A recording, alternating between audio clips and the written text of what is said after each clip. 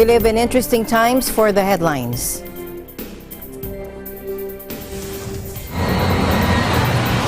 In the United States, the Democrats presented a forceful case for impeaching and removing President Donald Trump from office in a report detailing overwhelming evidence of misconduct in office and obstruction. NATO kicked off 10th summit on Wednesday, seeking to make a show of unity despite bickering among leaders as a festering row with Turkey rumbles on. The death toll from Typhoon Kamuri that hit provinces south of the Philippines capital rose, and government authorities said this as the storm left the country. Authorities in Samoa asked unvaccinated families to display a red flag outside their homes to help a mass immunization drive aimed at halting a measles epidemic that has killed dozens of children.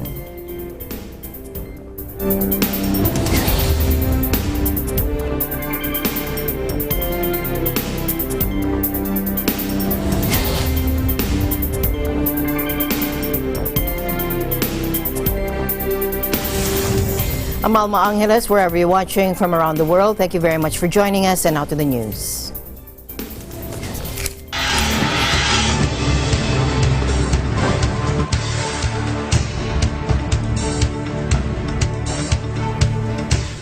In the United States, Democrats have taken one more step for their goal of impeaching President Donald Trump. They presented a forceful case for removing President Trump from office in a report detailing overwhelming evidence of misconduct in office and obstruction. The report said President Trump conditioned official acts on the release of a public announcement by the Ukrainian president. It also said President Trump withheld a White House meeting which the Ukrainian president had sought and U.S. military assistance.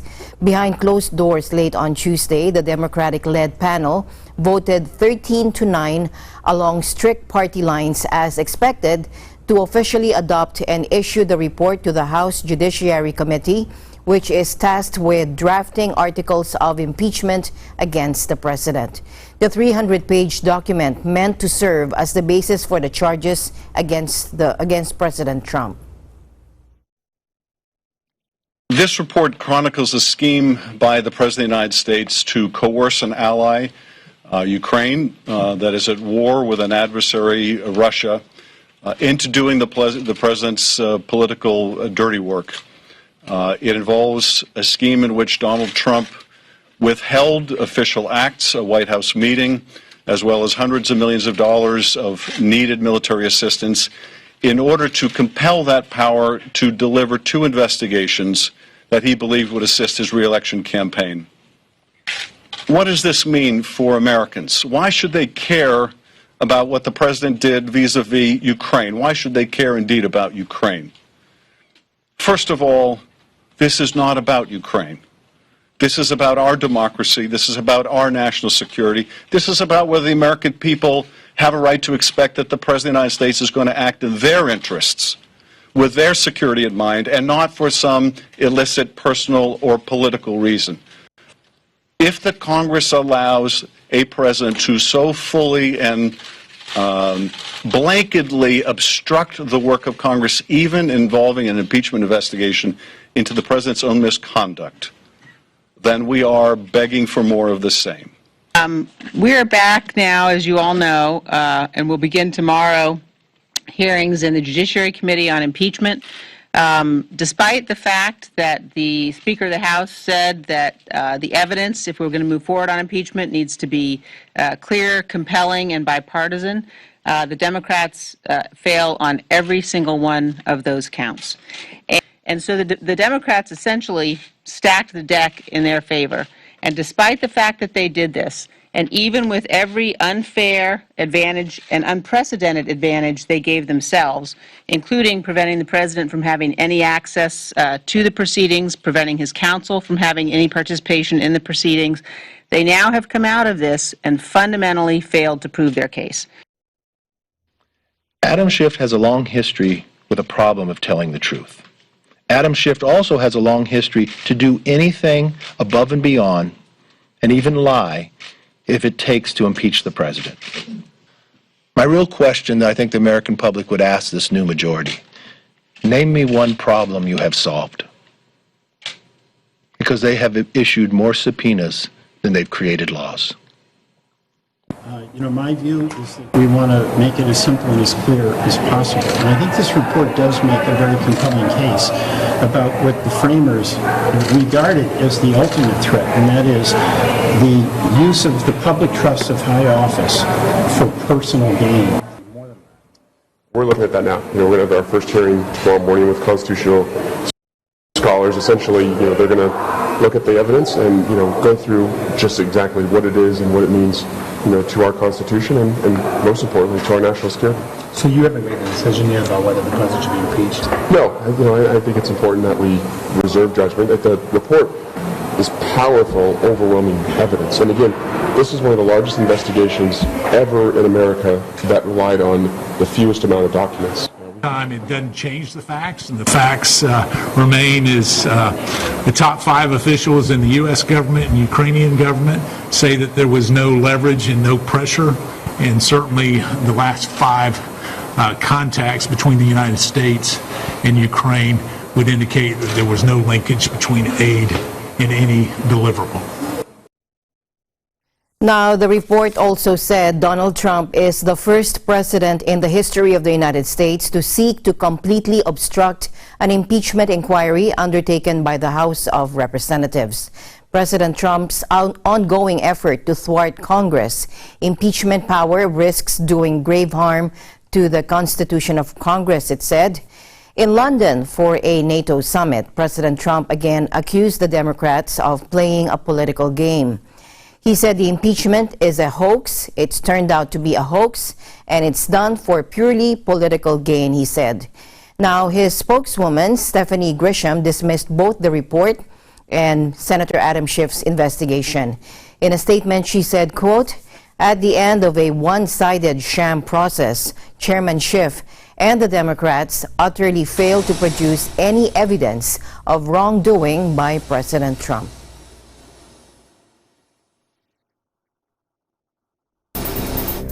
Now, if, as expected, the articles are passed by the Democratic-led House, the case will go to the Republican-controlled Senate for trial in January.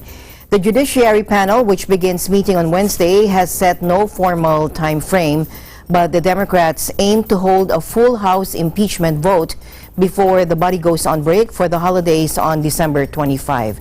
Democrat Adam Schiff, the head of the House Intelligence Committee, said that while the Judiciary Committee meets, his panel could continue investigating other angles of the Ukraine scheme, including whether President Trump actually began much earlier to pressure Zelensky's predecessor, Petro Poroshenko, for the investigations, and whether some members of Congress were involved.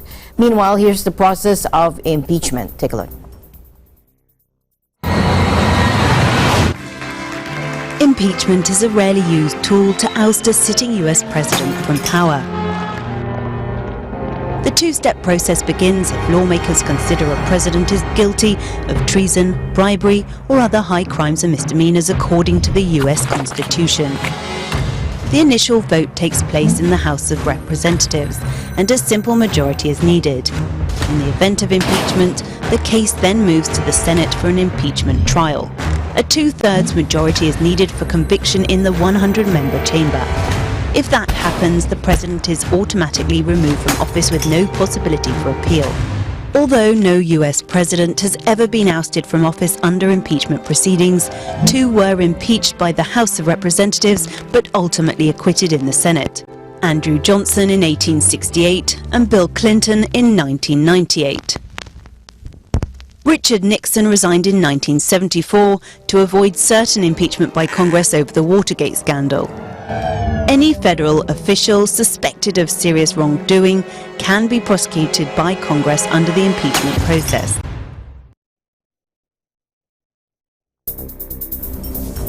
Meanwhile, the North Atlantic Council meeting, or NATO, gets underway at the summit, with British Prime Minister warning that peace cannot be taken for granted as the divided members seek to put a show of unity. Take a look. History shows that peace cannot be taken for granted. And even as we celebrate this anniversary, we must ensure that our deeds match our words.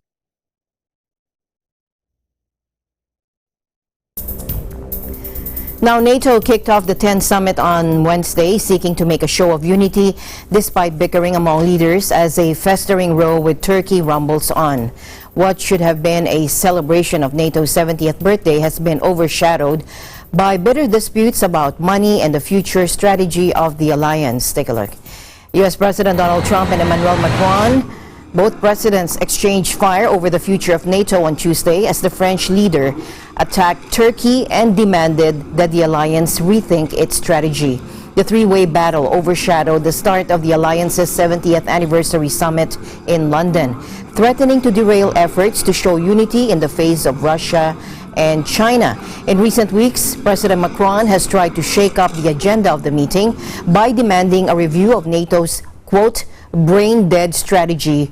But President Trump, who arrived boasting that he had forced members to boost defense spending, hit back hard. It's a tough statement, though, when you make a statement like that. That is a very nasty statement to essentially 28, including them, 28 countries. I think that, you have a very high unemployment rate in France. France is not doing well economically at all. President Trump later softened his tone at a joint appearance with President Macron, but the French leader stood by his statement and accused Turkey of working with extremists in Syria. No, I know that my statements created some reactions and shake a little bit a lot of people. I do stand by. And I have to say, when you look at what NATO is and should be, first of all, this is a burden we share. And President Trump just reminded you some figures, and the fact that this is perfectly true, that the US overinvested decade after decade and is #1 by far. And I do share the statement. That's why I'm a strong supporter of a stronger European component in NATO, which is exactly what we have done. So in terms of cost sharing, we are investing 1.9% of our GDP. We are increasing our GDP. We will be at the rendezvous. But when we speak about NATO, it's not just about money. We have to be respectful with our soldiers. The first burden we share, the first cost we pay, is our soldiers' lives. And I do believe that in such circumstances, we do pay what we have to pay for collective security.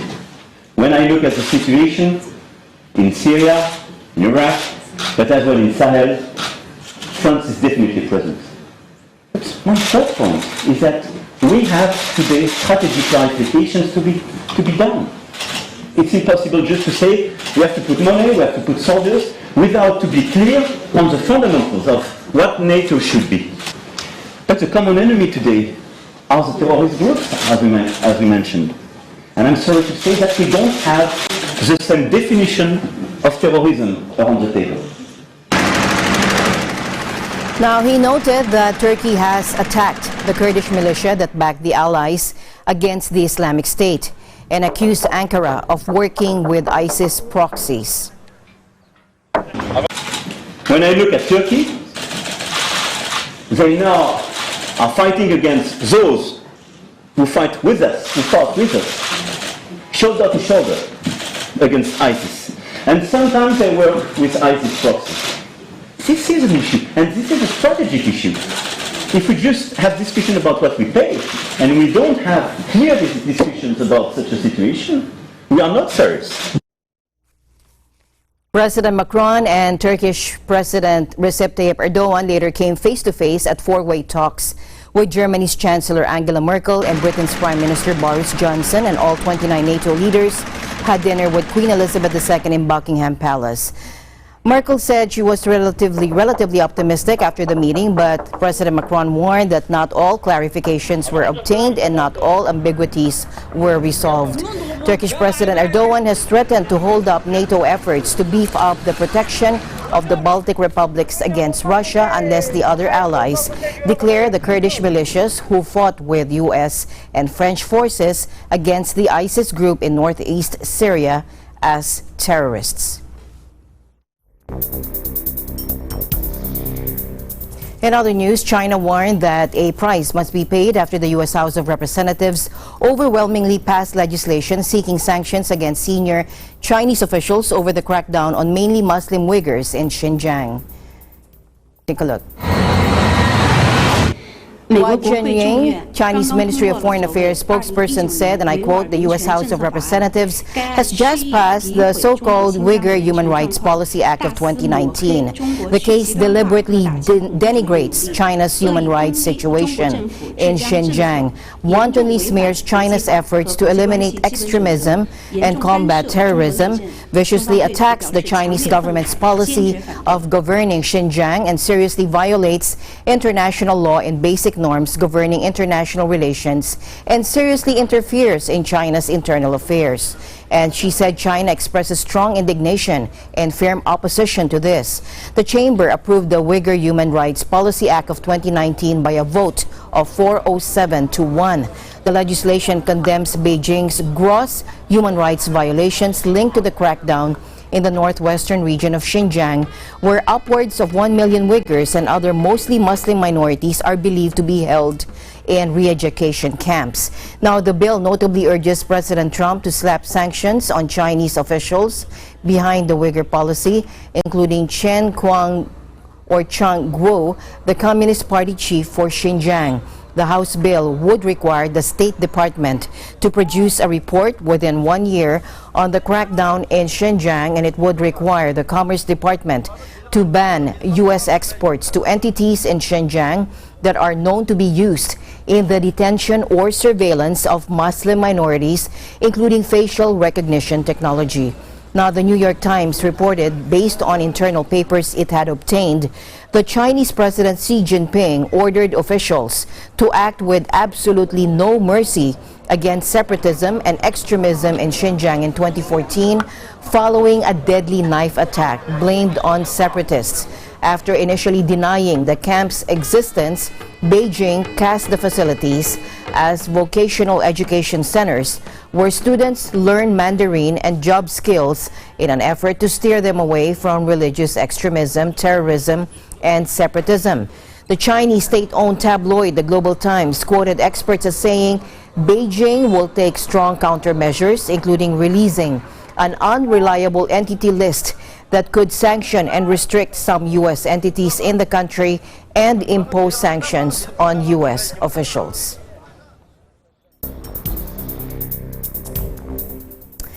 The town of Artiche, Eastern Samar Province, was placed under state of calamity on Tuesday as flooding there continues to affect several communities days after Typhoon Tisoy or Kamuri dumped heavy rains. Mayor Roland Bowie Everdones said at least 1,143 families are still affected by the flooding. Floodwaters are expected to subside within 2 or 3 days. Now, flooding hit the villages of Inayawan, Tibalowon, Concepcion, Casidman, MacArthur, Cagsalay, and Bigo. These areas are considered as catch basin area in the town. The local government has 1.3 million pesos calamity fund. The death toll from Typhoon Kamuri that hit provinces south of the Philippine capital has already risen to 13, according to government authorities, as the storm left the country. Kamuri, the 20th to hit the country this year, crossed the coast on Monday night, forcing hundreds of thousands of residents to evacuate and the cancellation of hundreds of flights. It also disrupted some events in the Southeast Asian Games, which the Philippines is hosting until December 11.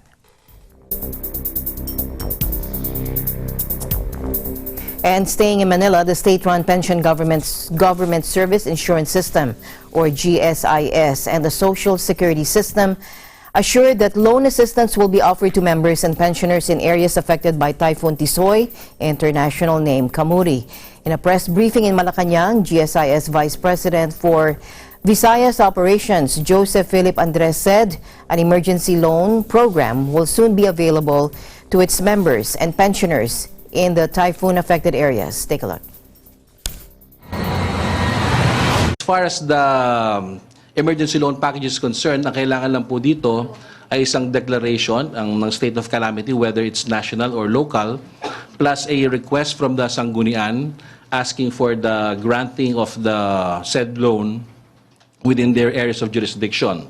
Entitled po dito lahat ng mga miyembro ng GSIS who are working in the areas which have been declared as calamity or residing thereat, as well as the pensioners po. 20,000 po ang loan na ito plus the 3 years to pay po at 8% ang interest lang po. Napakababa. Yes po ay may special calamity package. Ito po ay binubuo ng 3 programa. Ang pinakasikat po rito ay yung Calamity Loan Assistance Program. Ang CLAP po sa maikling term ay isang buwang pautang sa lahat ng mga bona fide miyembro ng SSS. Ito po ay may term na 24 months at may interest rate na 10%. Ang pangalawang package po ay para naman sa aming mga pensioners. Ito po ay advanced 3-month pension sa ating mga pensioners. At ang huli naman po ay direct house repair moratorium at na may moratorium on interest rate payment for 6 months. Yun po ang 3 package ng SSS ngayon. Ngayon po ay may ongoing program para sa nasalanta ng earthquake sa Mindanao. Ito po ay ongoing starting November 18 up to Feb 2020. Ongoing po ang mangyayari sa nakaraang bagyong Tisoy. So ito po ay tuloy-tuloy na project ng SSS. Ito ang calamity package namin. Section 16 of Republic Act 10121 gives the power to declare an area or areas under a state of calamity to the President of the Philippines or to the local government units upon the recommendation of the National Disaster Risk Reduction Management Council or their local counterparts known as the Local Disaster Risk Reduction Management Council, respectively. Once under a state of calamity, citizens of that area are granted the opportunity to apply for a loan from the government. According to Pagasa, Tisoy is forecast has already exited the Philippine area of responsibility and is expected to continuously weaken due to the northeast monsoon. Around 200 households in the Kenyan village of Niando seek shelter in a local primary school after being displaced by floods. Let's take a look.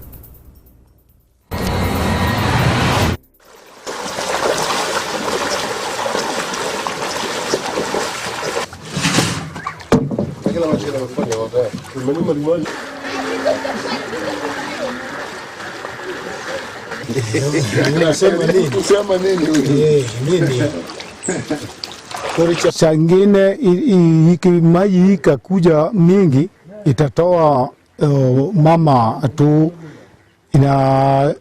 inachukua mawe inaweka juu ya kaburi.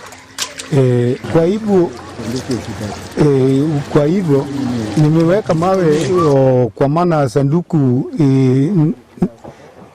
naisha toka.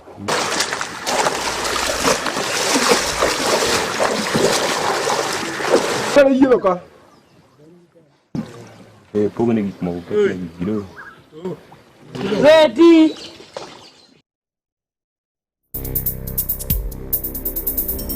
Meanwhile, authorities in Samoa asked unvaccinated families to display a red flag outside their homes on Wednesday to help a mass immunization drive aimed at halting a measles epidemic that has killed dozens of children. The tiny Pacific nation of 200,000 will grind to a halt on Thursday and Friday as non-essential government services close so that public servants can help the vaccination campaign. Over the 2-day period, teams will go door-to-door administering vaccines in a desperate bid to raise the low immunity levels in Samoa that have fueled the epidemic. Immunization is under a state of emergency imposed last month, and officials asked unvaccinated families to identify themselves. A public advisory said the public is hereby advised to tie a red cloth or red flag in front of their houses and near the road to indicate that family members have not been vaccinated. The red mark makes it easier for the teams to identify households for vaccinations. Official data released on Wednesday put the death toll from the outbreak at 60, up 5 on the previous day. Most of the dead are children, with 52 aged 4 or under. Infection rates continue to climb, with 171 new cases in 24 hours, bringing the national total to 4,052. Vaccination efforts in recent weeks have concentrated on children, but the government has now broadened its program to include the entire population.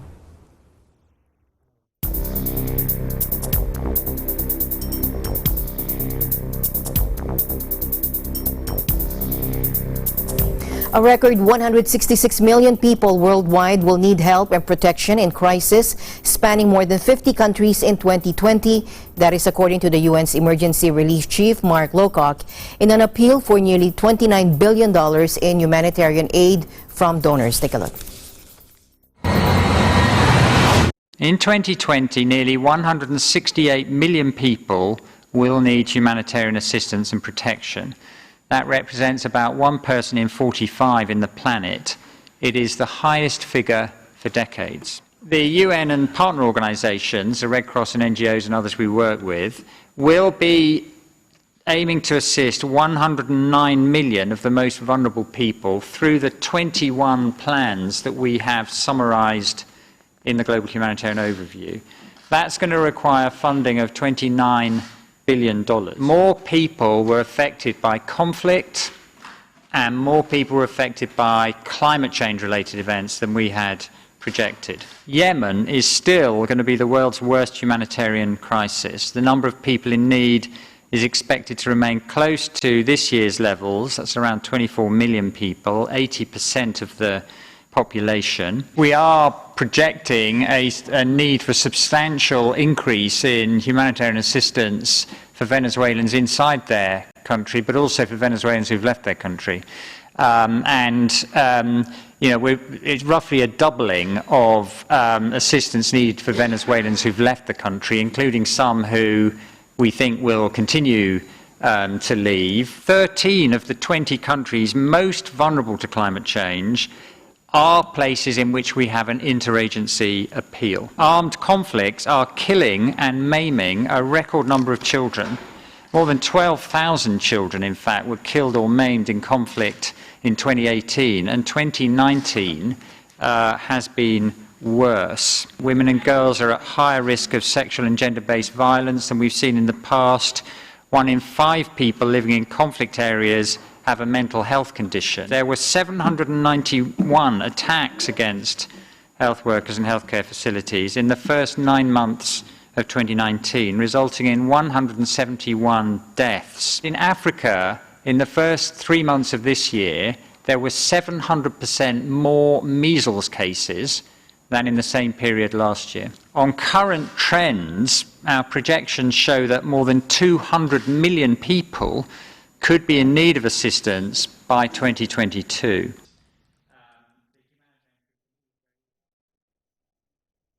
And the news continues here on Eagle News. We'll be right back.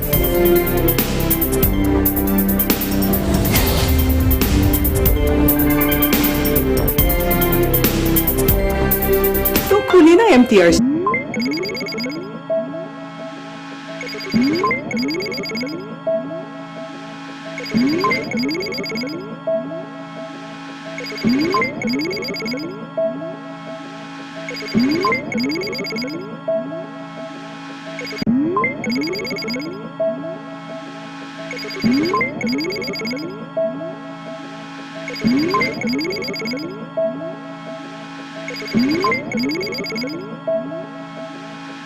Balita, Lunes hanggang Biyernes, alas 7:30 hanggang alas 8 ng umaga.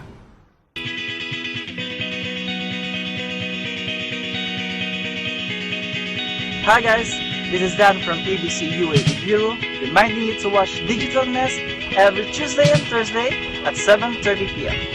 I am Juan with 25.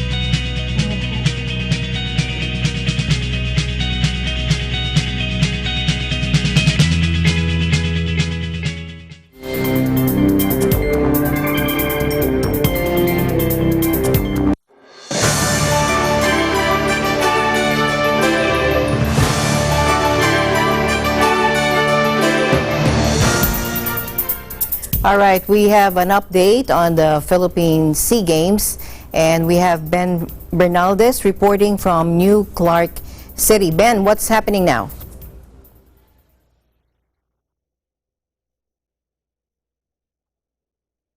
Yes, Alma, what a great day to end the fourth day of competition here at the New Clark City in the Aquatic Center. The Philippines has ended its medal drought in the swimming competition. James Deparine ruled the men's 100-meter breaststroke final in the 38th South Asian Games. The Phil-American Deparine, who hails from Seattle, clocked 1 minute 1.46 seconds to give the country its first gold since 2009. It has been 10 years since the last time the Philippines has gotten a gold medal in the SEA Games. And he set a new SEA Games record, erasing the record of Nguyen Hu of Vietnam, 1 minute 1.60 seconds from 2009. And Vietnam's Tan Bao Pham came in second at 1 minute 1.92 seconds, while Chien Yen Lionel Koo rounded out the podium with 1 minute 1.98 seconds.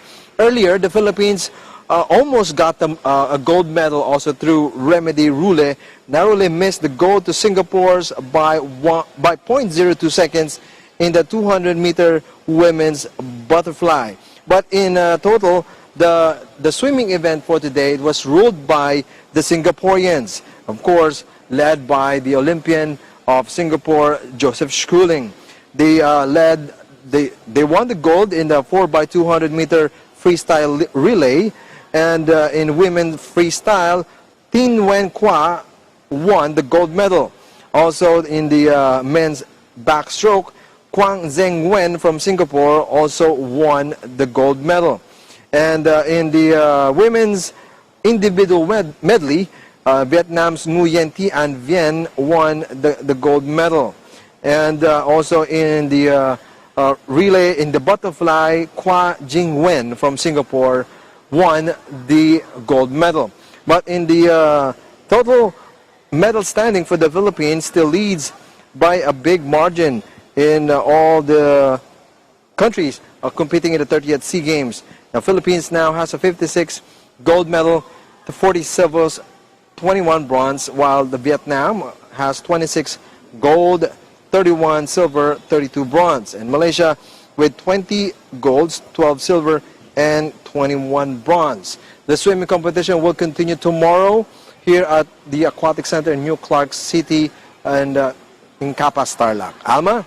Yes, so Philippines is still leading with the gold. What games or competitions are we expecting there tomorrow, Ben?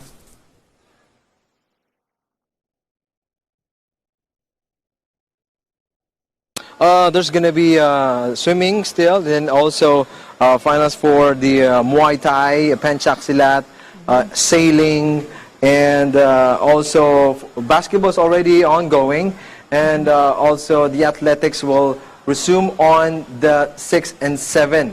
So we are also expecting to get more medals in the athletics. As you remember, there will be more than 500 gold medals to be given away in this 30th SEA Games because we have the most number of sports being played in this biennial meet with 56 sports. So far, the Philippines has now 56 gold medal, which is half of what they got in 2005 when we also hosted and led the medal tally back in 2005. So we're hoping that we will match that or even surpass that medal in 2005. Alma? All right. Thank you very much, Ben, and we'll be expecting more updates from you tomorrow.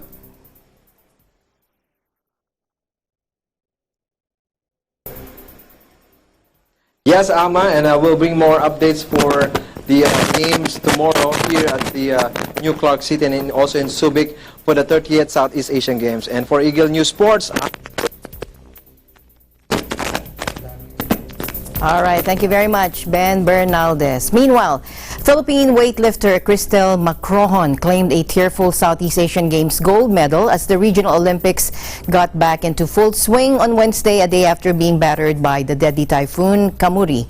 Now, Macrohon posed alongside her inspiration Olympic silver medalist Heidelin Diaz after winning the women's 71-kilogram category in Manila in front of cheering Filipino fans. The 56th Sports Sea Games resumed a full program on Wednesday, as Ben already said, after Typhoon Kamuri forced about half of Tuesday's events to be rescheduled.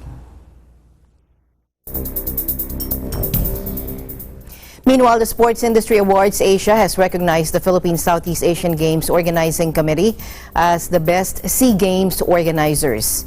SBIA Chief Executive Officer Eric Gottschalk handed an award to FIGSOC Chairman Alan Peter Cayetano and Chief Operating Officer Ramon Suzara to recognize their contributions in a conference on Tuesday, December 3. SBIA Asia is the region's leading sports business conference and awards platform, recognizing and celebrating the achievements of the Asian sports industry for the past years. The Asian award body recognizes and celebrates Asia's top 10 in 25 distinct awards categories, including the Asia's Best Sportsman and Asia's Best Sportswoman category, with gold, silver, and bronze being awarded to the best performers. SBIA Chief Executive Officer Eric Gottschalk personally handed the award to Alan Peter Cayetano, the FIGSOC Chairman,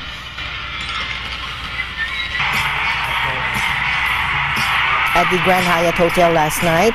Chief Operating Officer Ramon Suzara expresses gratitude and stressed that the recognition will inspire the workforce to work harder and do better in the remaining days of the biennial meet. The body cited the organizers' efforts in staging a world-class opening ceremony as well as a record 56 sports for the same.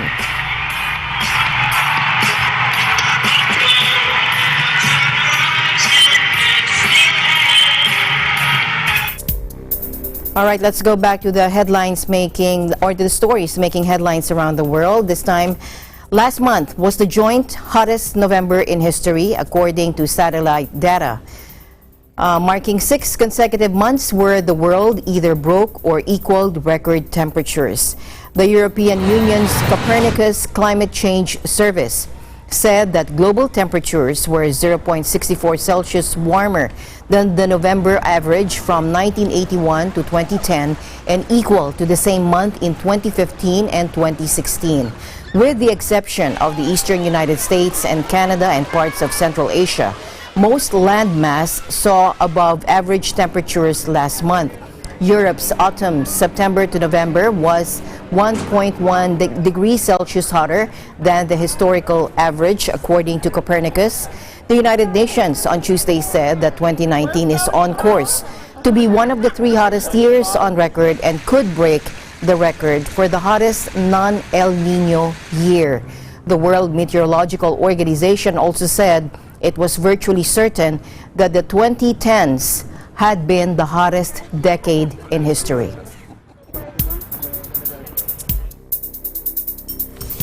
In other news, Lebanese protesters scuffled with security forces after blocking the Ring Bridge, a key road in the capital Beirut, during an anti-government night protest. Take a look.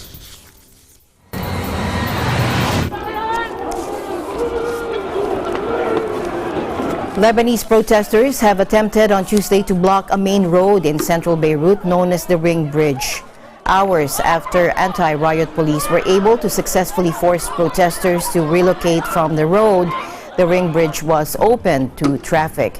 Now, after years of disillusionment and apathy, a free-falling economy and anti-government protests have spurred Lebanese back into political debate. The protests forced the Prime Minister Saad Hariri to resign. The protest began with a proposed tax on calls via free phone applications such as WhatsApp. Now it has grown into a wide protest. The demonstrators are seeking to highlight deteriorating living conditions, austerity measures, capital flight, and the rise of the deficit and public debt.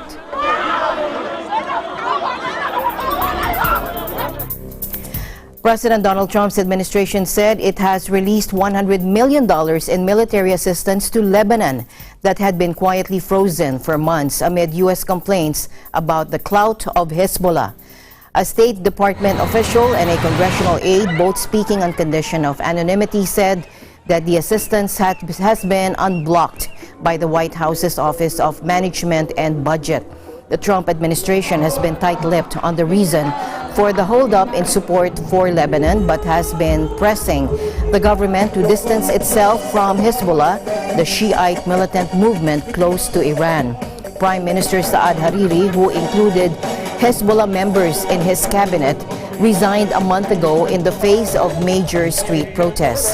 The aid is intended to help counter Iran's influence in Lebanon, which is highlighted by the presence of the Iranian-supported Shiite Hezbollah movement in the government and the group's militias. The official also defended the military as a national institution in a country long divided on confessional lines and praised its high level of capability in fighting extremists such as Al-Qaeda and ISIS movement. A Japanese doctor who spent decades working in Afghanistan was killed on Wednesday, along with 5 Afghans, in an attack in the east of the country, according to officials. Tetsu Nakamura, 73, who headed Peace Japan Medical Services, known as Peshawar Kai in Japanese, was shot by gunmen while in a vehicle in Jalalabad in Nangarhar province. The doctor, well known in Japan, had been shot on the right side of his chest and was in the process of being transferred to a hospital in Bagram near Kabul when he died at Jalalabad airport. The 5 Afghans killed were 3 of Nakamura's security guards, a driver and another colleague. The attack comes as humanitarian groups remain on high alert just days after an American aid worker for the UN was killed in a bombing in Kabul.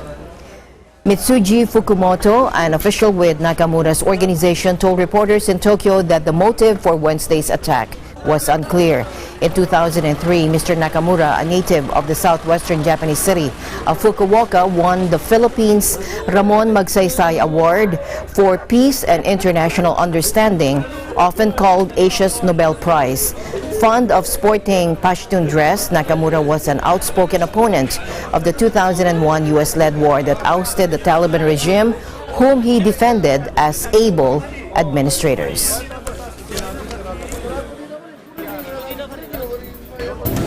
And Eagle News will be right back. Stay tuned.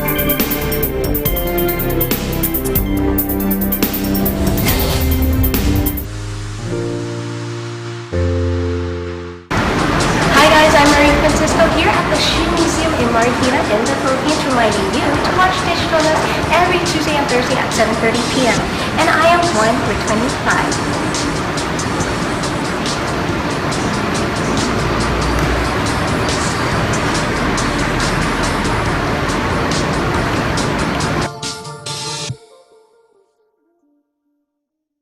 Agila Balita, Lunes hanggang Biyernes, alas 7:30 hanggang alas 8 ng umaga.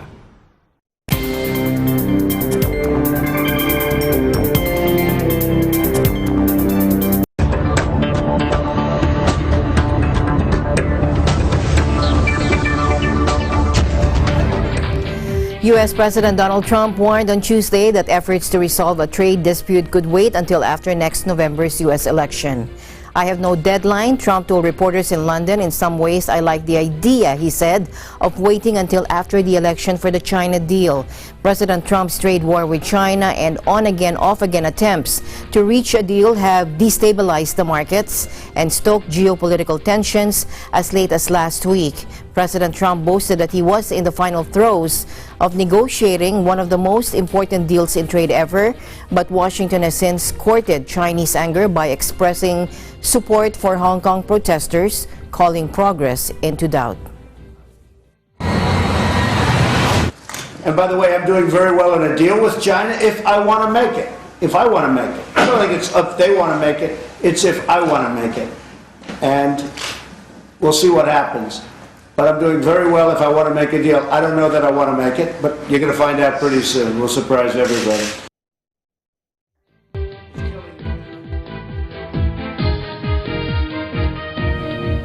And Asian investors extended a sell-off in global markets on Wednesday after President Trump poured cold water on the chances of a trade deal with China by the end of the year. Take a look.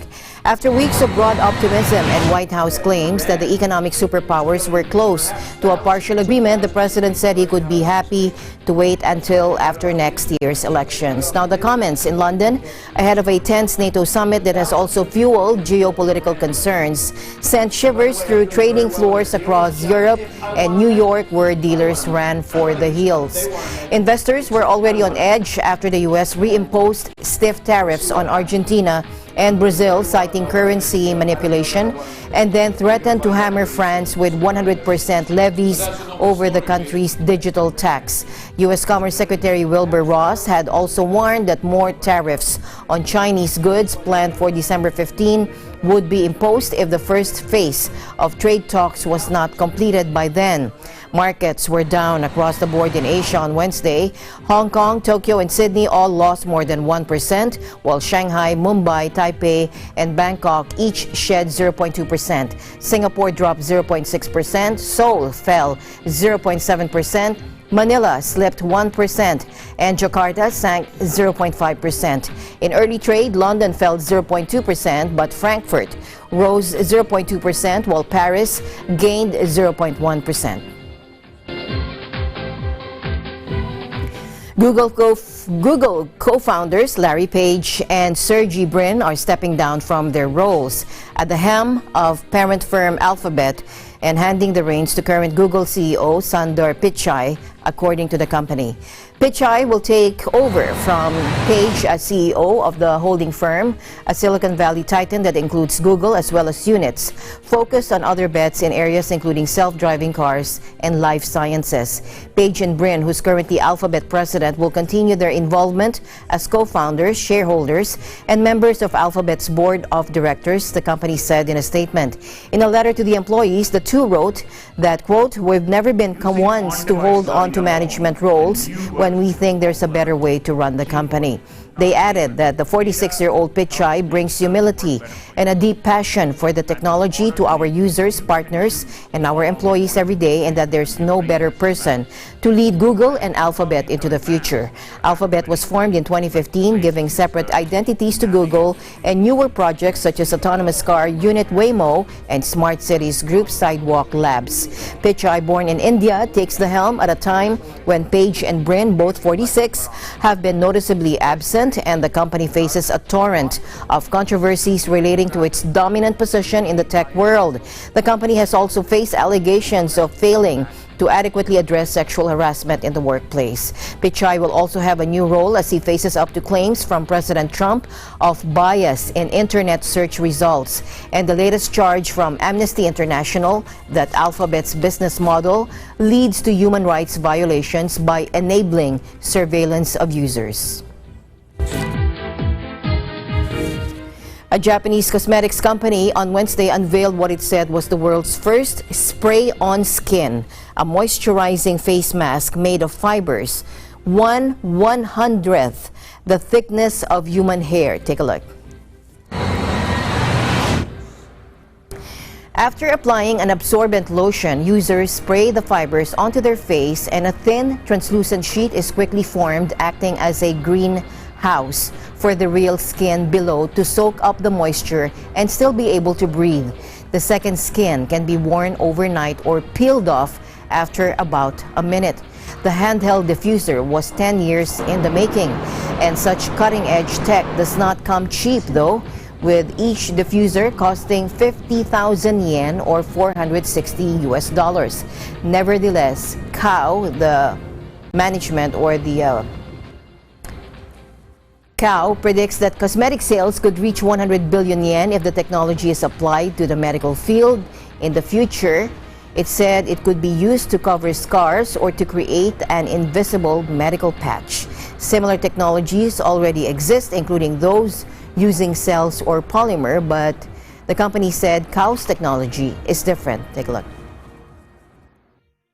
今回は私たちが作ったエレクトロスピニング法っていう方法を応用した新しい吹き付けるタイプの化粧品っていうのは化粧品として応用するのは今回初めて、世界で初めて達成してきたところだと思っております。今回私たちが開発してきたのは1マイクロメートル以下の非常に極細の繊維になっております。およそですね、髪の毛の100分の1ぐらいのイメージで持っていただければなと思います。100年ぐらい化粧品ってひょっとすると塗る世界って変わらないと思うんですね。化粧水を塗って乳液を塗ってクリームを塗って、で今回私たち一番最後にカバーをしてあげるというか、ちゃんとそういう環境を肌の上で維持してあげることによってさらにお肌のポテンシャルを引き出すことができるっていうのが新しい気づきでありますし、いわゆる畑でいうところの水とか養分とか栄養素っていうのが化粧水、乳液、クリームに該当すると私たちが今回やろうと思っているのがビニールハウスって一番大枠を作るところかなと思うんですけども、そういう環境を作ってあげる、一定な環境、肌にとって心地のいい環境を作ってあげているというようなので、カバーっていう発想というよりも育みやすい環境を作ってあげているというような概念ですね。そうですね、こういう繊維を使った、例えば本当見えない湿布ができるのではないかとか、これちょっと私の何でしょう、勝手な思いではありますけど、湿布の形が変わるとか、本当に見えないままで医薬が貼ったままできるとか、あるいは本当手術とかの後をそういうカバーをしながらしっかり治していくというような。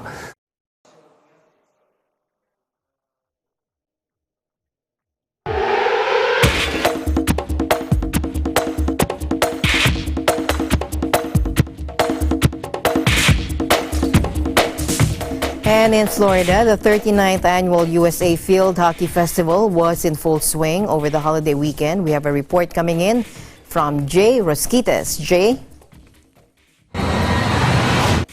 Every year, USA Field Hockey puts out a National Hockey Festival. And this year is the first time that it's graced the city of Tampa. Let's go check out the nation's best in field hockey.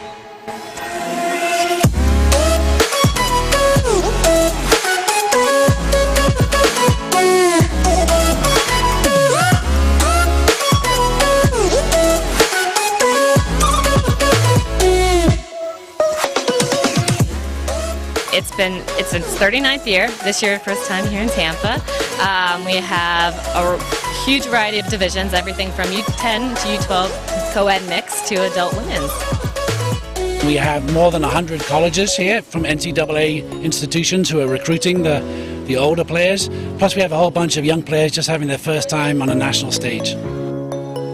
We asked some of the young athletes what motivates them and some advice for first-timers who want to give field hockey a try. I look forward to all the different opportunities for coaches to watch me and just playing with all my friends. I would tell them definitely to start out with Rec and Ed. It's a really good way to learn the game, and also it's super fun.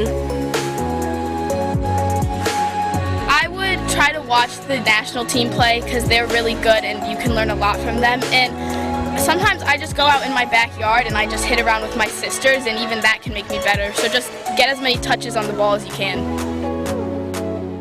The first step is just to be able to watch field hockey. So for everybody here in Tampa, this is an opportunity to expose the game here and get the grassroots growing for this area of the country. But if you've never seen hockey or played hockey, you have to watch it to understand it. A lot of people will say there's a lot of whistles. It's changed throughout time. There's now self-start. The game is fast. It's a growing sport in the nation. So if you want to try it, you should come to the USA event.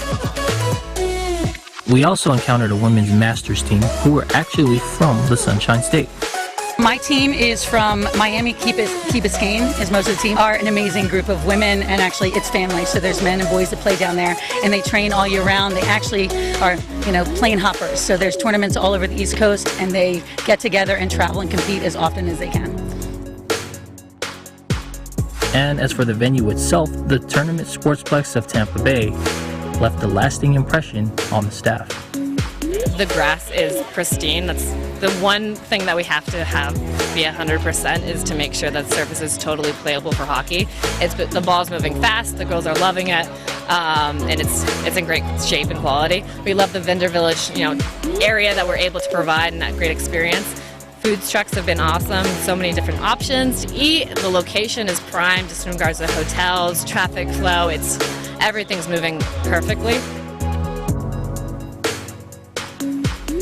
And as we come to a close, USA Field Hockey continues to grow the game, serve the members, and succeed internationally. Signing off from Tampa Sportsplex, I'm Jay Rasquitas, always one with 25. And finally, in our news, a rare canvas by French artist Paul Gauguin from his time in Tahiti fetched 9.5 million euros or $10.5 million in Paris, nearly twice its estimated value according to the auction house. Take a look. Now, this rare canvas by French artist Paul Gauguin from his time in Tahiti fetched $10.5 million, nearly twice its estimated value. And the bidding had drawn keen interest amid growing controversy over Gauguin's relationships with young girls on the Polynesian island and his depictions of them. The 1897 painting, Te Burao II, or Tree in the local Tahitian language, had been expected to go for around 5 to 7 million euros. The buyer is an international collector, the Art Curial auction house said, adding the artwork depicting an evocative Tahiti landscape would remain in France. It's one of the few paintings from the post-impressionist Tahiti period still in private hands. According to Art Curial, the last sale in France of a Gauguin from this period was 22 years ago.